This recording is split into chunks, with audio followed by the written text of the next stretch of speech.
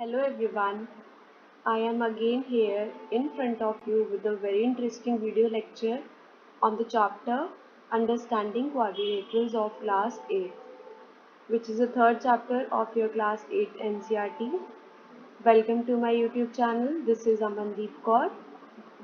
Let's talk about the video which we are going to study today. This is the introduction video in which we will see the overview of the whole chapter. We will study all the main concepts in detail. If the concepts become clear to you, then you would be able to solve your exercises with ease. So to understand each and every topic, watch the video till the end, and without wasting time, let's get started. So as you can see that the name of our chapter is Understanding Quadrilaterals. So before starting with the chapter, let us know the meaning of the chapter name. As you all know that the meaning of understanding is to know. This is the basic English word which you must be knowing the meaning of understanding. It means to know. And the meaning of quadrilateral is a shape with four sides, or you can say that a four-sided figure.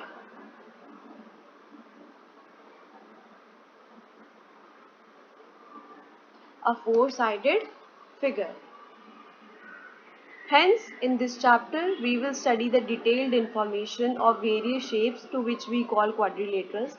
जैसे कि आप लोगों ने पढ़ा भी होगा, quadrilaterals मतलब होता है ऐसी शेप जिसकी फोर साइड्स हो. तो फोर साइड्स की हमारे पास बहुत सारी शेप्स है. बेसिक शेप्स देख लेते हैं, जैसे कि स्क्वायर हो गया, रेक्टेंगल हो गया, रोम्बस हो गया, है ना. तो ऐसी ही बहुत सारी शेप्स होती हैं जिनको हम इस चैप्टर में डिटेल में स्टडी करेंगे. उनकी क्या क्या प्रॉपर्टीज़ हैं, उनमें क्या क्या चेंजेस होते हैं, एक शेप दूसरी शेप से कैसे डिफ़र करती है, कैसे अलग होती है. तो इस सब के बारे में आज हम इस टॉपिक में, इस चैप्टर में समझने की कोशिश करेंगे. तो हमारा फर्स्ट टॉपिक आता है प्लेन सरफेस. जैसे कि आप अपनी स्क्रीन पर देखोगे, a plane is a flat two dimensional surface that extends infinitely far. Plane surface का मतलब क्या होता है, इजी लैंग्वेज में अगर हम समझे, जैसे हमारे पास आप इधर ही एग्जांपल देख लीजिए. जैसे कि आपकी ये स्क्रीन, आपको जो ये स्क्रीन दिख रही है, ये एक टू डायमेंशनल सरफेस है और ये इसको हम प्लेन बोलेंगे. आपका पीस ऑफ पेपर, आप कॉपी में लिखते हो, आपका जो पेपर है, पीस ऑफ पेपर है, उस पर आप लिखते हो, तो वो भी एक टू डायमेंशनल है और फ्लैट है, तो उसको भी हम प्लेन सरफेस बोलेंगे. तो प्लेन सरफेस डायरेक्टली क्या होगा इजी लैंग्वेज में अगर हम समझे, तो एक ऐसा फ्लैट सरफेस जो कि टू डायमेंशनल हो, मीन्स उसमें सिर्फ दो डायमेंशन हो, एक्स डायमेंशन और वाई डायमेंशन हो, दो डायमेंशन हो और फ्लैट सरफेस हो, उसको हम प्लेन बोलते हैं. जैसे कि एग्जांपल आप देख लीजिए, piece of paper, right. Black board भी एक एग्जांपल है प्लेन सरफेस का, और ये आप अपनी स्क्रीन पर देख रहे हैं, ये भी एक प्लेन सरफेस का एग्जांपल है. तो प्लेन सरफेस कुछ नहीं है, plane surface is a flat two dimensional surface, बस, राइट. इसके बाद में हमारा नेक्स्ट टॉपिक आता है प्लेन कर्व. जैसे कि आपने पढ़ा था, प्लेन सरफेस क्या होता है, एक ऐसा प्लेन सरफेस जो कि प्लेन हो. जैसे कि हमारी ये स्क्रीन, ये भी एक प्लेन सरफेस है. तो प्लेन कर्व क्या होगा, एक ऐसा कर्व जो कि प्लेन सरफेस पर बनाया जाए. चलिए हम प्लेन सरफेस अपनी इस स्क्रीन को मान लेते हैं. अब इस प्लेन सरफेस पर हम कोई कर्व बनाते हैं. लेट्स से हमने ये कर्व बनाया, ठीक है, या फिर हमने एक ये वाला कर्व बनाया, या फिर हमने कोई ऐसा कर्व बनाया जो ऐसे जिगजैग है. तो ये तीन कर्व आपको आपकी स्क्रीन पर दिख रहे हैं, तो ये प्लेन कर्व्स हो गए, ठीक है. प्लेन कर्व एक ऐसी शेप होती है या फिर लाइन होती है, डायरेक्ट हम सिंपल एक लाइन भी ड्रॉ कर सकते हैं. एक लाइन होगी या फिर शेप होगी या फिर कोई कर्व होगा जो कि हम प्लेन में बनाते हैं, ठीक है. इसमें कोई भी टर्न्स हो सकते हैं, कितने भी बेंट हो सकते हैं. तो ये एक प्लेन कर्व हो गया. प्लेन कर्व इजी लैंग्वेज में समझे तो कुछ भी नहीं, हमारे पीस ऑफ पेपर पर, हमारी कॉपी पे, हमारी स्क्रीन पर ड्रॉ किया हुआ कोई भी शेप, या वो लाइन हो या फिर वो कोई शेप हो या फिर कोई भी एक कर्व हो जिसमें बहुत सारे बेंड्स हो या फिर टर्न्स हो, तो उसको हम बोलते हैं plane curve. I hope plane curve समझ में आया होगा। तो let's move to our next topic. Our next topic is polygons. This is one of the most important topic in this chapter. So understand this very nicely. तो polygons क्या होते हैं? A simple close curve made up of only line segments. जैसा कि हमें पता है close curve कौन से होते हैं? ऐसे कर्व जिनमें जो कि क्लोज्ड हो, जिनकी एंडिंग ओपन ना हो, जो कर्व ओपन ना हो, उनको हम क्लोज कर्व बोलते हैं। तो ऐसे क्लोज कर्व जो कि सिर्फ लाइन सेगमेंट से बने होते हैं, जैसे कि हम एक एग्जांपल में आपको ये स्क्रीन पर दिखेंगे, ट्राइंगल, क्वाड्रिलेटरल, पेंटागन, हेक्सागन। तो ये सारे जितने भी कर्व्स आपको दिख रहे हैं आपकी स्क्रीन पर, जितनी भी शेप्स दिख रही हैं आपको स्क्रीन पर, ये सारी लाइन सेगमेंट से बनी है और ये क्लोज्ड है। तो इनको हम क्या बोलेंगे? पॉलीगन्स बोलेंगे। सपोज हम एक एग्जांपल लेते हैं, जैसे कि लाइन सेगमेंट से ही एक शेप बनी है ये, तो ये क्लोज नहीं है, ये शेप क्लोज नहीं है, तो ये पॉलीगन नहीं होगी। पॉलीगन होने के लिए दो कंडीशन बहुत ज़रूरी है। कौन कौन सी? सबसे पहली कंडीशन क्या है? जो शेप होनी चाहिए वो क्लोज्ड होनी चाहिए, और दूसरी कंडीशन है that shape should be made up of only line segments.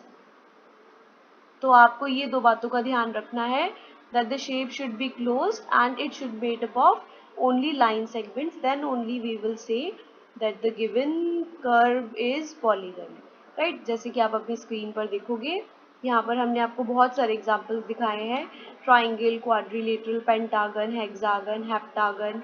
तो ये सारे जितने भी शेप्स हैं ये लाइन सेगमेंट से बनी गई है और क्लोज्ड है, तो हम इनको क्या बोलेंगे? हम इनको पॉलीगन्स बोलेंगे। हमारा नेक्स्ट टॉपिक आता है क्लासिफिकेशन ऑफ पॉलीगन्स। अब हम इनको क्लासीफाई कर रहे हैं on the basis of their sides. जैसे कि आप सबसे पहले देखोगे, अगर ट्राइंगल है, ट्राइंगल में कितनी साइड्स होती हैं? 3। तो ये सैम्पल फिगर आपको यहाँ पर दिखाई गई है, तो ट्राइंगल किस तरह का होगा? इस तरह का। अगर 4 साइड्स होंगी तो हम उसको क्वाड्रिलेटरल बोलेंगे, जो कि हमारे मेन जो टॉपिक का नेम है वो भी है। क्वाड्रिलेटरल्स उन शेप्स को बोलते हैं जिनमें 4 साइड्स हो। तो एग्जाम्पल के तौर पर आप यहाँ पर ये देख सकते हो, इस शेप को हम क्वाड्रिलेटरल बोलेंगे। पेंटागन किसको बोलते हैं? जिसमें 5 साइड्स हो। हेक्सागन 6 साइड्स को, 7 साइड्स को हेप्टागन, 8 साइड्स को हम ऑक्टागन बोलेंगे। मीन्स इसमें इस ऑक्टागन शेप ऐसी शेप होगी जिसमें 8 साइड्स होंगी, और ये जो साइड्स होंगी ये लाइन सेगमेंट से बनी होंगी। 9 साइड्स हैं अगर तो नॉनागन बोलेंगे, 10 साइड्स हैं तो डेकागन बोलेंगे। तो ये सिंपल हमने आपको पॉलीगन्स बताए on the basis of the vertices, sides, या फिर आप बोल सकते हो वर्टिसेस। तो हमें मेनली ये तो सिर्फ एक इंट्रोडक्शन आपको मिल रहा है, हमें मेन इस चैप्टर में सिर्फ क्वाड्रिलेटरल से मतलब है। क्वाड्रिलेटरल में सिर्फ 4 साइड्स होंगी। हम उन शेप्स के बारे में स्टडी करेंगे जिसमें 4 साइड्स होती हैं। I hope classification of polygons आपको समझ में आया। Let's move to our next topic. आगे बढ़ने से पहले हमें एक छोटा सा टॉपिक आता है डायगोनल, जो समझ लेते हैं कि डायगोनल होता क्या है। तो diagonal is a line segment connecting two non consecutive vertices of a polygon. Let's say हम इसका मतलब मैं आपको समझाती हूँ। जैसे आप अपनी स्क्रीन पर दो शेप्स देखोगे, एक तो है फिगर 1 एंड फिगर 2, ठीक है? दोनों ही पॉलीगन्स है, आपको जैसे कि पता है।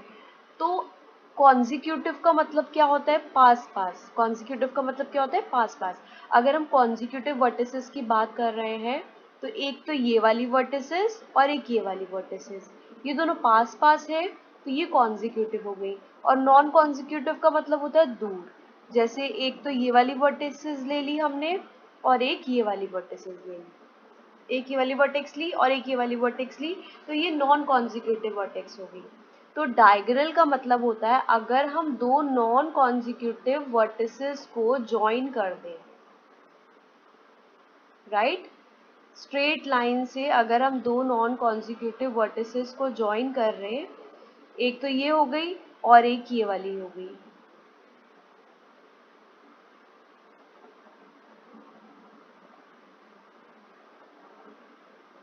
राइट। तो ये हो गई इसकी डायगोनल्स। डायगोनल एक ऐसी लाइन सेगमेंट होती है जो कि दो नॉन कॉन्जिक्यूटिव वर्टिसेस को मिलाए। तो एक रेक्टेंगल में हमने ये देख लिया। इसी तरह से फिगर 2 में देखते हैं। फिगर 2 में भी सेम वैसी होगी। एक वर्टेक्स ये वाली ली है तो हमें दूसरी वर्टेक्स ये वाली लेनी होगी। अब इनको हमें क्या करना है, इनको हमें ज्वाइन करना है और इसी तरह से इन दोनों वर्टिसेस को हम ज्वाइन करेंगे। तो ये इसकी क्या हो गई, डायगोनल्स। तो डायगोनल्स क्या होती है, किसी भी शेप में डायगोनल क्या होती है, diagonal is a line segment that join two non consecutive vertices. Is it clear. हमारा नेक्स्ट टॉपिक आता है टाइप्स ऑफ पॉलीगन। तो यहाँ पर मेनली हम 4 टाइप्स ऑफ पॉलीगन्स पढ़ेंगे।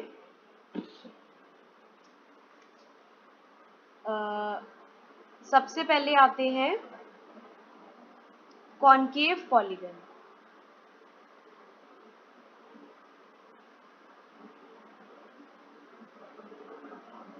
Right. Second one is convex polygon.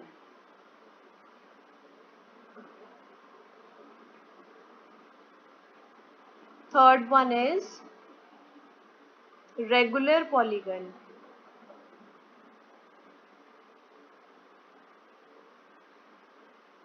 And fourth one is irregular polygon.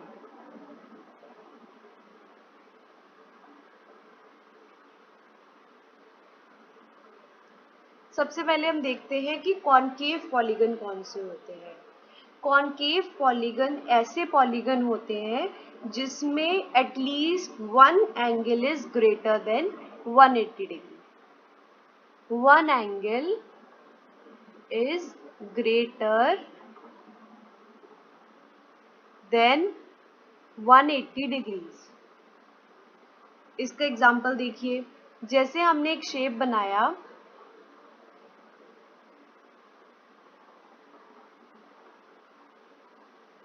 ये हमने एक शेप बनाया, तो इसमें आप देखोगे ये वाला एंगल जो है ये 180 डिग्री से ज़्यादा है। पहली बात तो ये पॉलीगन है या नहीं वो देखिए। पॉलीगन कौन से होते हैं, जो कि क्लोज्ड हो, ऑब्वियसली ये फिगर क्लोज्ड है। सेकंड, जिसमें लाइन सेगमेंट से बना हो, ये लाइन सेगमेंट से बना है तो ये पॉलीगन हो गया। ठीक है। अब कॉनकेव का मतलब होता है कम से कम उसके अंदर एक एंगल, अगर एक एंगल 180 डिग्री से ज़्यादा है तो हम उसको कॉनकेव पॉलीगन बोलेंगे। जैसे कि इस फिगर में आप देखोगे कि ये वाला एंगल जो है, ये वाला एंगल ये 180 डिग्री से ज़्यादा है, तो इसको हम क्या बोलेंगे, कॉनकेव पॉलीगन बोलेंगे। हमारा नेक्स्ट पॉलीगन आता है कॉन्वेक्स पॉलीगन। इसमें कॉन्वेक्स पॉलीगन कौन से होते हैं, इन विच all angles are less than 180 degree. ऐसे पॉलीगन्स जिसमें सारे एंगल्स 180 डिग्री से कम हो। फॉर एग्जाम्पल हम यहाँ पर स्क्वायर देख लेते हैं। एक स्क्वायर है, स्क्वायर आपको पता है सारी साइड जिसमें कितनी होती है, 90 डिग्रीज की होती हैं। तो ये एक ऐसा पॉलीगन है जो कि कॉन्वेक्स पॉलीगन है, क्योंकि इसमें सारी जितने भी एंगल्स हैं वो 180 डिग्री से कम है। नेक्स्ट आता है रेगुलर पॉलीगन। रेगुलर पॉलीगन में क्या होता है, all the sides and angles are equal.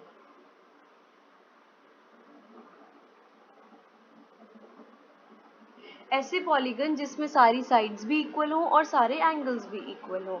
जैसे एक एग्जांपल हम ले लेते हैं इक्विलेटरल ट्राइंगल। इक्विलेटरल ट्राइंगल आपको पता है जिसमें सारी साइड्स इक्वल होती हैं और उसमें सारे एंगल्स भी आपस में इक्वल होते हैं। तो ये क्या हो गया, एक रेगुलर पॉलीगन हो गया। हमने अभी जो थोड़ी देर पहले डिस्कस किए थे, स्क्वायर हो गया, पेंटागन हो गया, हेक्सागन हो गया, तो ये जितने भी थे वो रेगुलर थे, उनमें सारी साइड्स भी इक्वल होती हैं और सारे एंगल्स भी इक्वल होते हैं। अगर कोई भी रेगुलर की बात करेंगे तो regular polygon is that in which all sides and all the angles are equal, right. Next आता है हमारा इर्रेगुलर पॉलीगन।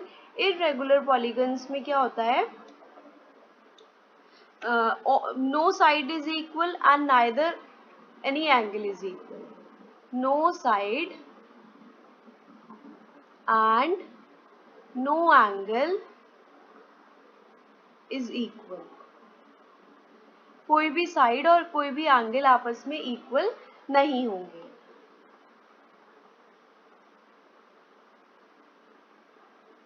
तो ऐसे पॉलीगन्स को हम बोलेंगे इर्रेगुलर पॉलीगन। सीधी बात है, अगर ऐसे पॉलीगन जो कि रेगुलर ना हो उसको हम इर्रेगुलर पॉलीगन बोलेंगे। इसका एग्जांपल आप देख सकते हो, जैसे कि रेक्टेंगल हो गया तो वो एक इर्रेगुलर पॉलीगन है, ठीक है।